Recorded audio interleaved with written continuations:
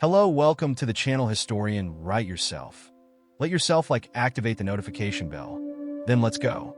Exactly 100 years ago, in November 1922, the sealed tomb of Tutankhamun was discovered. I am venturing into the Valley of the Kings, delving into the final resting place of Tutankhamun. Nothing like it has ever been found in the Valley of the Kings, or anywhere else, for that matter. Now, I head to Oxford for a very special exploration of the incredible archives that, meticulously referred to as Howard Carter's exploration. It is almost eerie, isn't it? This here is a glass plate negative, which is incredible because it reveals the astonishing appearance of the discoveries made a century ago. And do you have Carter's notes for that moment? Yes, the heavy wooden coffin, completely covered with gold foil. Travel with me as I come face to face with Tutankhamun. To understand Tutankhamun, you need to appreciate the place where he was buried, a deep gorge in the desert, guarded by mountains. Its official name in ancient Egypt was the great and majestic necropolis of the millions of years of the pharaoh's life force. Today, we know it as the Valley of the Kings. To get an overview, I'm climbing above the valley before Egypt's scorching heat fully sets in. This is one of the best vantage points in the world and tells you everything you need to know about why the Valley of the Kings is there. That rocky gorge below, filled with pharaohs. Buried 3,500 years ago, they are here because in the middle of the desert, their tombs can be protected. Additionally, they are in the shadow of that wonderful pyramid-shaped peak above, which reminds them of the pyramids of their ancient ancestors. Down here, you see this green strip cutting through the Sahara, the Nile Valley. There's the Nile, and on the other side, the ancient city of Thebes, the capital of Egypt. Atop it, modern luxury contrasts with the remarkable ancient Egyptian temples. On the edge of the desert, powerful pharaohs like Hatshepsut and Ramses built their majestic temples. The edge of the desert was the land of the living. But here, this is the land of the dead. My exploration in search of the tomb of Tutankhamun begins outside the Valley of the Kings. Hidden on the opposite side of its protective mountains is the beautiful temple built by the great pharaoh Hatshepsut, who ruled more than 100 years before Tutankhamun. It was in this temple in the 1890s that a young artist came to work, engraving some of the magnificent paintings. His name was Howard Carter. This is extraordinary. This is one of the most dramatic archaeological sites on the planet. Here on the west bank of the Nile, you have this enormous limestone basin, and at its heart, this gigantic temple built by a powerful pharaoh. It must have been thrilling for a young artist to work in this spectacular setting. Now, I am being taken to the exact spot where Howard Carter worked, guided by Dr. Baha. He came here in search of luxury and copied most of the inscriptions in the temple. Come on. Let's show you one of his beautiful paintings, made during the time of Queen Ahmose. She was the mother of Queen Hatshepsut, which is incredible. This was exactly in 1896. Look, you can see the same pieces of damage here, on the shoulder. Look at the gaps. Even the colors are still the same, more than 100 years later. It's eerie to think that over a century ago, he was right here doing this. Yes, and he loved Egypt. He came at 17 years old and stayed for 40 years. I think that, being an artist, he eventually became an inspector, slowly learning the craft of archaeology and Egyptology on his own. I believe he really enjoyed the archaeological side, digging on his own, discovering the tombs and temples. When you start your work, taking in all these beautiful artifacts around you, in the end, you become a great Egyptologist after years of obsessive and meticulous work, despite many setbacks. Carter finally obtained permission to excavate in the Valley of the Kings through his great sponsor, Lord Carnarvon. He built a house as close to the valley as he could. As part of the centennial celebrations, it is being carefully preserved. I was meeting with architectural historian Dr. Nicholas Warner, who is in charge of the project. So, we were at Carter's house, and he explained that Carter decided to build it right on the edge of the desert. The real reason for placing his house here, in the middle of the desert, was its proximity to the Valley of the Kings. This is the closest point to the entrance of the Wadi, even closer than the Valley of the Kings itself. That's why he chose this location. I mean, it was completely in the desert, really in the desert, not a blade of grass in sight. The place was actually called the Place of the Flies, so you can imagine how difficult it must have been from that perspective as well. However, it was much more time efficient. He was very close to the excavation sites, so he didn't need to go back and forth across the Nile. But it seems like a bold statement, coming to live here in the desert, as close as possible to his work. I mean, he was absolutely committed to his mission. And remember, when they built this house in 1910, they had years ahead of them without finding anything. So, 12 years without discoveries, which requires absolute commitment, not only from Carter, but also from Carnarvon, who was financing what seemed like an impossible mission. By 1922, this was considered the last season in which they would actually do any work to continue the search. The conservation work is helping to reveal how the house, built for this purpose by Carter, reflected his personality. So, here we are in the office, which is the largest room in the house. Very high ceilings. Yes, high ceilings for environmental reasons, to keep the hot air at the top of the room and ventilated. A lot of brown, very dark, quite sober. We have restored this room to its original state, as it was covered in mud, with minimal furniture, all focused on work tables and that sort of thing. Kind of like a bachelor apartment. Yes, simple and functional, but without distractions. There's a postcard he sent when the house was built to his niece. On the back, he wrote, "My house in the desert, no bus or tram passes here." So, it would have been very, very quiet, possibly with the howling of jackals at night to keep him company. I want to be very dramatic here, but this is the room where he thought, prepared, and created his plans to excavate the valley systematically. Yes, he had extensive experience with the valley, dating back to 1900. Many years of work were spent trying to systematically excavate all the areas of the valley that had not yet been explored. Imagine all those years without finding what he was looking for, and his extraordinary commitment. I mean, I would have given up years earlier, given the drive and the funding required. Don't forget, it's not possible to do these things for free. The fact that Lord Carnarvon was a consistent and generous sponsor is a crucial part of the success story of this project. From the window, you can see the road to the valley. I mean, you couldn't be any closer. Yes, it's still a half-hour donkey ride, so it's not extremely close, but it's certainly closer than anyone else. And we've been in Egypt for a long time. He was quite tough, accustomed to the climate and the lifestyle. Yes, compounded by the fact that he wore a tweed jacket and flannel belt most of the time, which I personally cannot comprehend. Madness. So, looking at those photos of him removing objects from the tomb, you can see how he was dressed with his gear and thick shirt, while wearing his tweed jacket. What I take from that is how determined Carter was. He was living almost like a hermit on the edge of the desert, with everything around him so functional, giving him the best chance to achieve his ambition and find that tomb. He was completely convinced, and he must have been very convincing too, because he got Carnarvon to support him in finding not just any old tomb, but one in particular. A needle in a haystack. Previous work by other archaeologists in the valley suggested that there might be a lost tomb belonging to an obscure New Kingdom pharaoh who died in 1323 BC. He was known as Tutankhamun. The prospect of finding the lost tomb of Tutankhamun certainly helped inspire Howard Carter's main financier in Britain, Lord Carnarvon. This is Carnarvon's house, Highclere Castle in Hampshire. I'm meeting Fiona, Countess of Carnarvon, who takes care of the family collection. He would have known this room, wouldn't he? It wouldn't have changed much, I think. Maybe more tables and candles, but he would certainly have enjoyed reading the books in the library. The pharaoh who died in 1323 BC was known as Tutankhamun. The prospect of finding Tutankhamun's lost tomb certainly helped inspire Howard Carter's main financier in Britain, Lord Carnarvon. This is Carnarvon's house, Highclere Castle in Hampshire. I'm meeting Fiona, Countess of Carnarvon, who takes care of the family collection. He would have known this room, wouldn't he? It wouldn't have changed much, I think. Maybe more tables and candles, but he would certainly have enjoyed reading the books in the library. There are 6,500 books, quite impressive.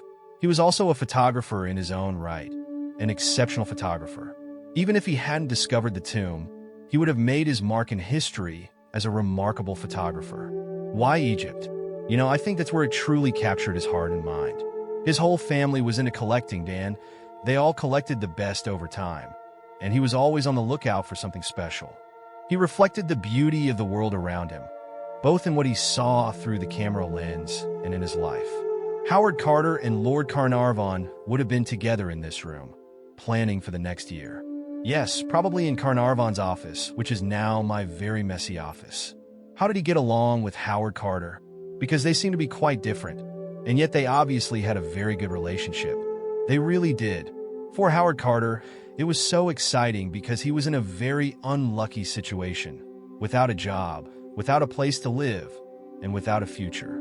From that very depressing situation, struggling to survive, he was introduced to this wealthy English aristocrat, Lord Carnarvon, who decided to hire him, pay him a salary, and build him a house. Suddenly, Carter began to think, I have a future, and my achievements and knowledge are valued. They shared a love for Egyptology, but they also focused on one particular pharaoh, didn't they? Yes, indeed. I think it all started with the fact that at first Carnarvon and Carter were just spectators watching the American Theodore Davis work in the Valley of the Kings. Davis always seemed to have great discoveries, and one of them was apparently the tomb of Tutankhamun. Gaston Maspero wrote an excellent article about this, and in the end he somewhat prophetically said that they thought they had found the tomb of Tutankhamun, but that something in the future might prove them wrong. That was one of the last lines of the book. Howard Carter and Lord Carnarvon both believed that, in fact, the tomb of Tutankhamun had not yet been found. They found the funding and part of the excavation process, but that wasn't the tomb of a pharaoh, so something was missing. That's why, when they were granted the concession for the Valley of the Kings, they knew that around the tomb of Ramses VI there were workers' huts, but no one had looked underneath them. You've reviewed the records, and I'm sure there are some accounts there. What do you think it all cost? Carnarvon's widow said he believed he had spent £45,000 on those excavations in Egypt before the discovery of Tutankhamun. That would be several million today. I thought it was around £20 million, something like that. In today's world, it was an enormous amount of money. Finally, the fruits of all that dedication, effort, and investment began to pay off. To see the evidence of this, I traveled to Oxford. This is where all of Howard Carter's notes and photographs are kept. I came to explore a very special exhibition at the Bodleian Library, titled Digging Through the Archives. It all begins with a simple note, written a century ago. This is one of the most famous diary entries in history, dated November 4th, 1922, and you can see how the few words were hastily scribbled across the page, showing the writer's excitement. That man was Howard Carter, and he simply wrote, First steps of the tomb. Carter was usually very meticulous in his note-taking, so the fact that he wrote this so quickly and spontaneously really gives insight into his state of mind and excitement. For years, he had dreamed of this moment, and now, finally, the tomb was right in front of him. It was the climax of his career. The next day, Carter made a more careful entry. He dug deeper and discovered some absolutely vital clues. He found a tomb beneath that of Ramses VI, investigated it, and came across intact seals. Intact seals, that phrase says a lot. It appeared to be a fully preserved Egyptian royal tomb. Throughout November, Carter's team cleared the rubble and debris, digging deeper into the earth until they finally reached a door, which again had its seals intact. Tutankhamun's name was inscribed on it. At that point, they had to wait because the man financing everything, Lord Carnarvon, had to travel by ship from England. He eventually arrived with his daughter, and on November 26th, the great event occurred, one of the most exciting days in the history of archaeology. Carter wrote an account of it in his excavation journal. I particularly like this because it was written right after the events, describing his first impressions, a contemporary view, if you will. What was Carter really thinking? He wrote the now famous words. They made a small crack in the door, and he held up a candle. A bit of stale air escaped from the tomb as he peered into the darkness. Naturally, there was a brief suspense among those present, who couldn't see because only Carter was looking through the crack. When Carnarvon asked him, "Can you see anything?" he replied, "Yes, wonderful things."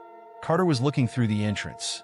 If he had turned to the left, he would have seen those chariot wheels that the pharaoh would have used in his travels. The pharaoh liked to be depicted with his chariots, and there were also food and clothes. everything he would need to live a healthy, eternal life.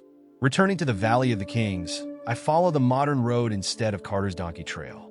Tutankhamun grew up during the turbulent reign of Pharaoh Akhenaten and Queen Nefertiti, who founded a new capital far from Thebes and the Valley of the Kings, in Amarna. There has been much debate about the life and death of Tutankhamun and the construction of his tomb. What seems certain is that he wanted to be buried in the Valley of the Kings, the final resting place of his ancestors from Egypt's New Kingdom. The only path to the tomb follows the same route Carter took, through piles of debris from a century ago, down a steep ravine that leads to the outer chamber. Here, I meet with Egyptologist Alia Ismail. I think this is one of the most exciting places on Earth. You've worked here a lot. Do you still get excited when you come down here? I ask. I do get excited, yes, she replies. Every time I enter Tutankhamun's tomb, it's something I never get tired of. In this room, there are no sculptures or paintings like those I've seen in other tombs. Why was it so simple? We know, from the common history of Tutankhamun, that this tomb was simple because it wasn't finished. The idea behind completed and unfinished tombs is interesting because a tomb is never truly finished. How elaborate it becomes depends on how long the pharaoh lived. The longer they lived, the more impressive it got, as they kept adding chambers and details. Tutankhamun died at 19, barely having time to rule. 19 is very young, so you would expect much more time to build a far more luxurious tomb. Yes, if he had lived longer, he would have had a larger tomb. From birth, the tomb begins to be prepared, as the Egyptians knew they were preparing for the afterlife. So, depending on how long they lived, the tomb would be more or less elaborate. But he died suddenly, and they had to finish everything quickly. That's why there are no paintings on the walls. However, the room was filled with treasures, the wonderful things Carter described. Yes, this is the room we are in now, and this is how he saw it. Full disorganized with everything scattered in a chaotic way. Upon entering, you'd think people just stash things away without worrying about organizing them. Carter was thrilled to have found it all. When he first saw it, he was afraid that it was a cache and not an actual tomb. He wanted to find the tomb, not just a cache. So, what is a cache? A cache is a place where priests hid and stacked all the mummies, statues, and treasures. They only did this when they feared these items might be damaged, using it as a form of security. By candlelight, it would have been simply magical when he began to realize that he might have a tomb in his hands. When you looked here, you would see these statues, and when he saw these statues flanking both sides of the wall, he thought, these statues and their placement, there might be something beyond that wall. Then came another moment of discovery in this absolutely incredible story. Among the guardian statues in the chamber, Carter broke through the wall.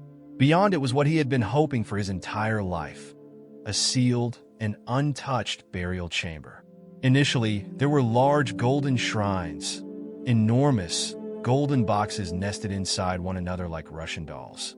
He carefully removed everything and reached this red granite sarcophagus. He knew it was important because there was the actual name of Tutankhamun and his birth name, Tutankhamun, preserved by the goddesses. This was, hopefully, the only intact royal burial ever found in the Valley of the Kings. No one had ever found anything like it in the Valley of the Kings or, frankly, anywhere else. Unlike the bare and undecorated antechamber, the walls of the burial chamber are covered in colors. This burial chamber features some of the art we typically associate with the tombs of pharaohs. We see Tutankhamun depicted everywhere. This is, in fact, his prime minister, and the man who very suspiciously succeeded him in power, though he did not last long. He is wrapped in leopard skin, giving new life to Tutankhamun. Here, as a mummy, we pass by and see Tutankhamun with his cobra crown being greeted by the goddess of the West, the goddess of the dead. And here we have Tutankhamun with his chariot, which serves as a kind of spiritual stand-in, being welcomed by Osiris, the Lord of the Dead in the afterlife. Back in Oxford, at the Bodleian exhibition, the display shows how Carter's team continued to meticulously document what they found in the burial chamber. We also have an extraordinary range of photographs of the objects themselves and their recovery. Here are the photos taken by the photographer Harry Burton, and here are the actual prints. You can see Anubis in the so-called treasure, and Anubis is the jackal god. Look at the linen that Shaw wrapped around it thousands of years ago. I love this one. It shows those two statues seemingly guarding the entrance to the burial chamber beyond that wall. You also get some very interesting images of the team doing their excavation work, breaking down a wall in this case, and lifting one of the sanctuary lids. What's remarkable is that none of the photos name or credit the Egyptian workers for their roles, which is particularly odd in this portrait of a young man here. It's such a beautiful photo. He was made to pose with one of the pendants found in Tutankhamun's tomb. It wasn't until much later in life that a local man named Hussein Abdul-Razzal came forward, claiming he was the boy who had played a role in the excavation. The exhibition is based on a remarkably detailed collection kept at the Griffith Institute in Oxford, which holds all of Carter's materials, including excavation photographs, plans, and notes. I'm having a special private visit with curator Daniela Rosano. We're starting with something very precious, an original glass plate negative taken in Tutankhamun's tomb by Harry Burton. It's almost ghostly, isn't it? This is a glass plate negative, and it's how Harry Burton captured most of his images. He used that camera, placed a glass plate in it, and then took the photos. Here is the translated text. It stands alongside the actual artifacts that came out of Tutankhamun's tomb in terms of historical importance. It's incredible. Yes, they really tried to capture, not just the artifacts themselves, but also certain moments. Burton and Carter knew that photos were a vital part of the archaeological record, as well as a fundamental research tool. Harry actually produced 10 of these photo albums for Howard Carter, with which he worked. And on this page here, it's amazing. We see a fantastic image of what turned out to be the outer coffin, one of the three in the sarcophagus. The lid was removed, finally revealing what was inside. I really like this image where Burton tries to capture that intimate moment to evoke the quietude and silence of the tomb. You have the light shining on the king's face. At the time, you didn't know, but this is the outer coffin of Tutankhamun. What I love is the detail there that I didn't know. A flower crown, a small flower crown. We have a series of images because both Carter and Harry Burton were very thorough. Look at this, look at the close-up. I love it. Around the serpent and the vulture, basically, the symbol denoting the goddess of Upper Egypt, called Nbed, and the cobra, which is the goddess of Lower Egypt, combined. Wrapped around her is her small crown. In fact, with only a few centimeters in diameter, it wasn't very large, and unfortunately, it no longer exists as it turned into dust. Yes, there are a few other floral garlands that were found and survived, but this one, unfortunately, did not. We were very fortunate, even though it did not survive, to have such extraordinary photographs. They were absolutely meticulous and documented everything as best as they could. We don't just have the photos. We also have a series of object cards that were made, and even that incredible sketch where Newberry, the botanist, tried to show how the individual leaves were joined. It's just a reminder of the exquisite attention to detail they put into everything. Absolutely. I think it says a lot that in total, it took 10 years to document the tomb, which in theory consisted of only 4 chambers but was packed with over 5,000 objects. It was also very fortunate that Carter was a trained artist and that he had Harry Burton as the photographer, who was undoubtedly the best archaeological photographer of his time. The photographs also reveal an incredible story, including some of the last-minute issues encountered in the tomb nearly 3,350 years ago when Tutankhamun was buried. One of the most surprising things is that you can see here a black edge where they had to cut a significant part of the sarcophagus because it was not level and did not close properly. They realized that the sarcophagus lid did not fit properly. They decided to cut off the top of the sarcophagus. And when I say they, I mean the ancient Egyptians, not Howard Carter from the 20th century. This happened 3,000 years ago. We know that we can still learn a lot about the funeral ritual by looking at the archival records. Imagine the panic they must have felt when the lid was placed and did not close properly. It's curious, but I wonder if these things happen often. We can see that they tried to fix it by pouring a lot of dark resin over it, which then dripped onto the golden coffin. Everything else is so perfect, and then you find this curious error, a very human detail at the feet. This is what gives it a real and striking touch, including the flower crown. I don't know if it was placed by a priest or by his wife.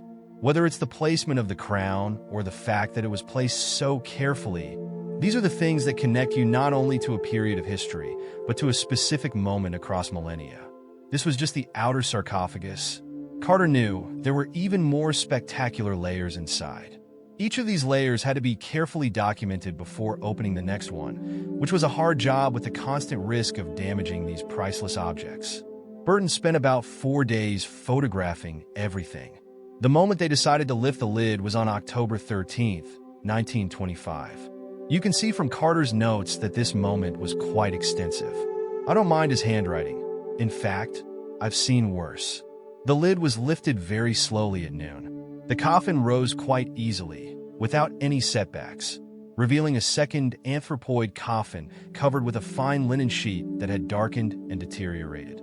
On the chest of the coffin were floral garlands and a separate flower crown. If I could be anywhere in the past 150 years, I would be at the tomb at that moment. It is simply unbearable. Exciting as this is, you would have been very privileged to be among the very small group of people allowed inside. Personally, I find the image quite spooky when the middle coffin is still covered. It's not the image that people typically envision when they think of the sarcophagus. In the museum, you see them as individual star pieces. Carter, the experienced Egyptologist, was stunned by the ancient floral tributes. No one had seen anything like this before. He explicitly said, "Among all the splendor, there's nothing so beautiful as these few withered leaves of flowers." Seeing these pictures, I understand the impression. What must have been so enticing is that you can see through the shroud, which has tears and gaps. Carter noted that beneath the linen sheet or shroud, glimpses of elaborate multicolored glass inlay upon fine gold work can be seen. Even at this stage, the next stage beckons. The sarcophagus, astonishingly, has all these inlays. After being removed from the other coffin, the face, ears, beard, and hands were actually made of gold. The eyebrows and eyelids were inlaid with blue-colored glass. The hieroglyphs on the surface include 2 columns with inscriptions, but there were also inscriptions on the sides. Carter made a sketch of the shape of the coffin with numbers to indicate where parts of the inscriptions were placed, and he copied the hieroglyphs. These hieroglyphs simply repeat familiar prayers associated with death and the afterlife. It's frustrating that the hieroglyphs never reveal anything historically interesting. We do know the meanings of the inscriptions, but they don't provide any new historical insights. Carter was a bit frustrated with what he expected to find. He was looking for boxes with papyri, hoping to get some details about the period, which was very doubtful. As we descended through the layers, the items were becoming more valuable. Although they were okay, one of the mysteries was solved. Everyone was wondering why the 3 coffins were so extremely heavy. It was discovered that the inner coffin was made of pure gold, weighing over 100 kilograms. So, this is the last of the 3 coffins. Again, I consider this one of the most unsettling images I can imagine. This is the last coffin made of pure gold. Once again, you have these floral-colored wrappings. We are so used to seeing these images. The coffins are some of the most reproduced images on Earth, but we don't see the condition in which they were found by Carter. This is a completely different way of viewing it. I think about all 3 coffins, but particularly the inner coffin, and the mask looks so different when you see the photos that Burton took of the objects in situ, with the linen wrappings and floral colors. You can see that a lot of restoration work was still needed. This gives people a completely new perspective, showing familiar things in a very unfamiliar way. So, we open the last coffin. This is the body of Tutankhamun with his funerary mask. This is the view of the inner coffin removed, and then we finally get a look at the mummified body of the king, although his face is still not visible because it is covered by this incredible mask. It's astonishing to look at these images because I'm sure most people, when they think of the mask, picture it as an iconic object, more or less a portrait bust. But in reality, the mask was an integral part of the body. It was placed over the king's head, covering part of his chest and back. Additionally, you see the floral colors, which give a completely different impression. It really does. Seeing one of the most famous pieces of art ever created in the condition it was in at the time of rediscovery is something else. So, here is the mask completely cleaned. Burton decided to photograph it on a stand and remove the beard so the face was more clearly visible. He did what is now standard practice with shiny objects, applied a very thin layer of paraffin wax to prevent reflections, allowing us to see the subtle modeling of the face. Carter, of course, produced many record cards, describing again details like the pierced ears, the vulture and cobra, the colors, the materials, the inlaid eyes with pupils made of obsidian, the eyebrows, and so on. We learned everything we could about the outer coffins and the mask. Now we are finally ready to move on. Inside, starting on November 11th, 1925, we are already in the fourth season, and finally the big day arrived. A delegation was assembled, including the great and the good, such as Carter, head of the Antiquities Service, other members of the Egyptian Authority, and others. What is fascinating is observing the surroundings. They're in one of the Valley of the King's tombs.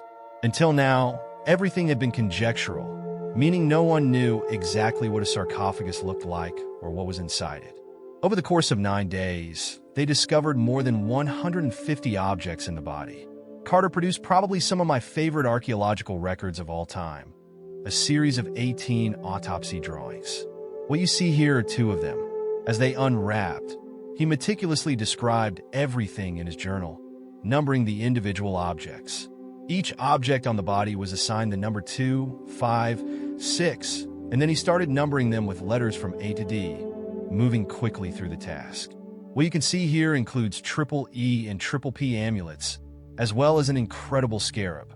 These drawings are extremely useful, not only for what they represent, but also for capturing the exact position of each object.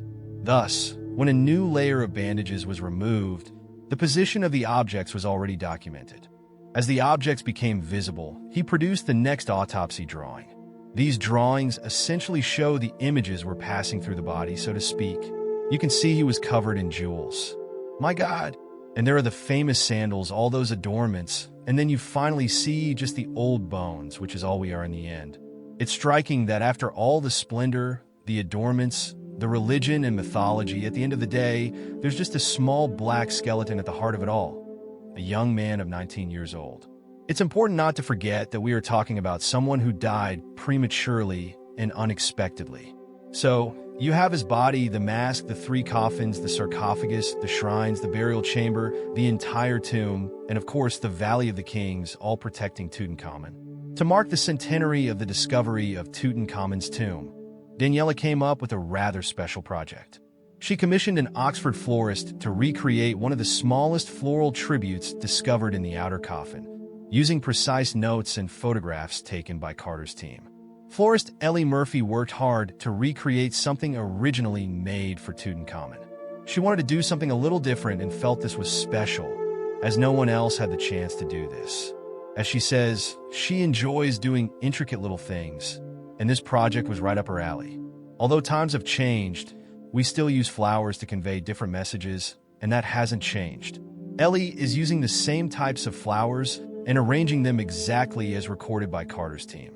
She is using cornflowers, which have been preserved and have retained their color very well, and alternating olive leaves, with the right and wrong sides out, to provide the green. As we progressed, we used climbing plants because we wanted to keep it as natural and similar to the photo as possible. They arranged them to alternate between the right side and the wrong side, creating a beautiful repetition of silver and green as you go along. I'm joining Daniela and Professor Richard Parkinson to take a first look at the recreation. Hi, good to see you again. You made our garland incredible. Yes, let me get it. I think you'll be pleased. Did you enjoy doing this? Was it a labor of love? It was definitely a learning curve, but we have that look. Wow, it's very similar to the image. I think it looks exactly like it.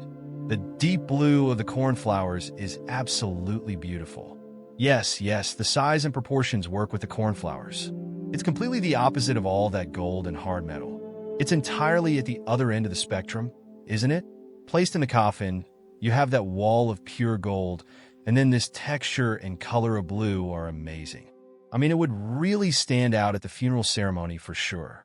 And even the small detail of the leaves, alternating between the green and silver sides, is incredible. What you've done with the images, the object cards, and the drawings we gave you is moving to see in real life. I'm very impressed with how organic it looks next to the beautifully worked gold. We thought about the sophistication of metallurgy and material culture, and this seems somewhat naive from a different period. It's a wall of pure gold, and then you have this brilliant blue and the green of the olive leaves, some shiny, some matte against it. I think it humanizes it and completely changes the feel. Someone must have placed this in the coffin after it was carried to the sarcophagus, after everything was sealed. So, this was the final act before closing the big stone lid. It looks beautiful. Do you think this is the first? Trying to recapture this, I'm almost certain. Ellie, just to clarify, how much of this did you have to invent? And how much could you actually reconstruct from the diagrams and photographs? The diagrams made it quite easy because they showed a cross-section. It's complicated, but quite simple once you read the instructions. They had all the measurements and indicated where everything should go, so the diagrams were quite accurate. It's funny because, although religious devotions have changed so much since the ancient Egyptians, some things have stayed the same. You're still a florist, and people still come here and ask for garlands and arrangements every day. Yes, every morning we send out our tributes, and that's why we really wanted to use this to commemorate the anniversary, to remind people that it's not just a golden adventure, but about the death of a young man.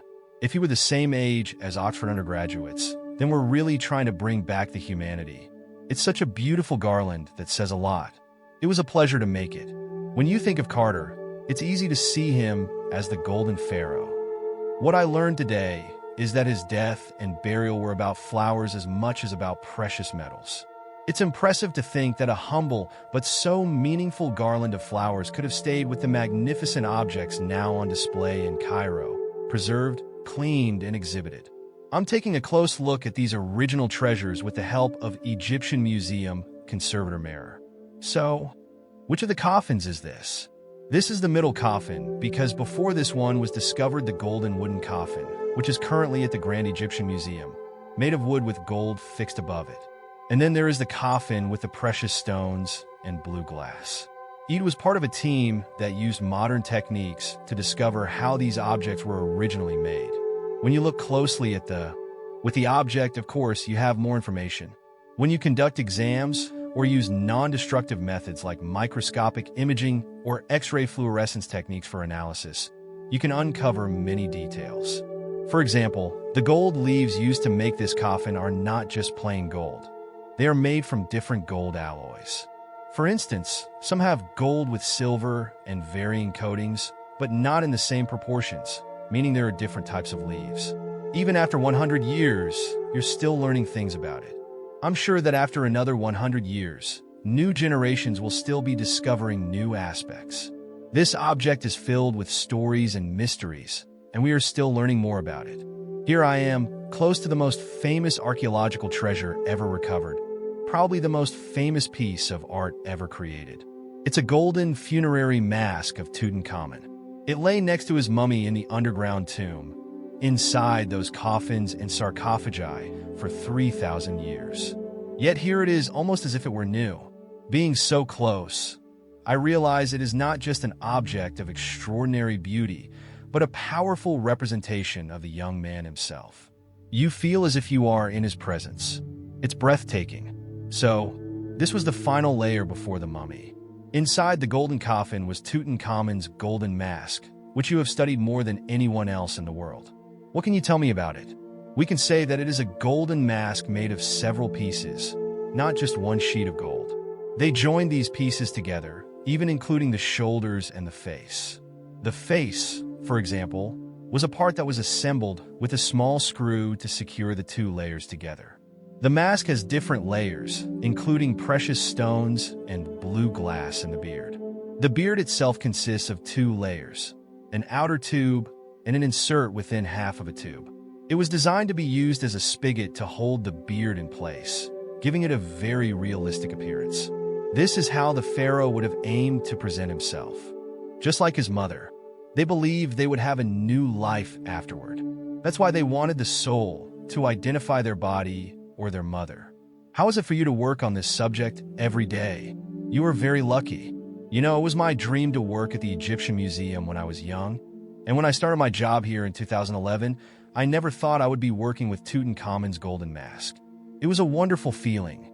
I believe it is one of the most unique moments of my life.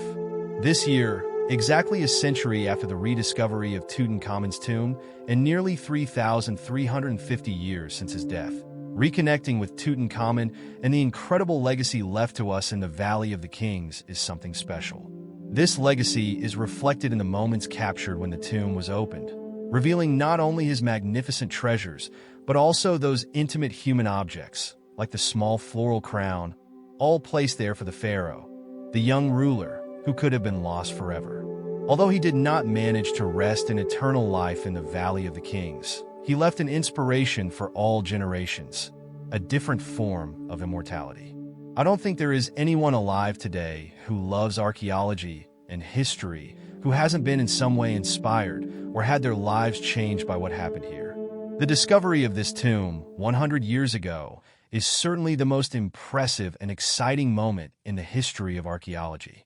The idea that this young pharaoh lay there for nearly 3,500 years is truly fascinating.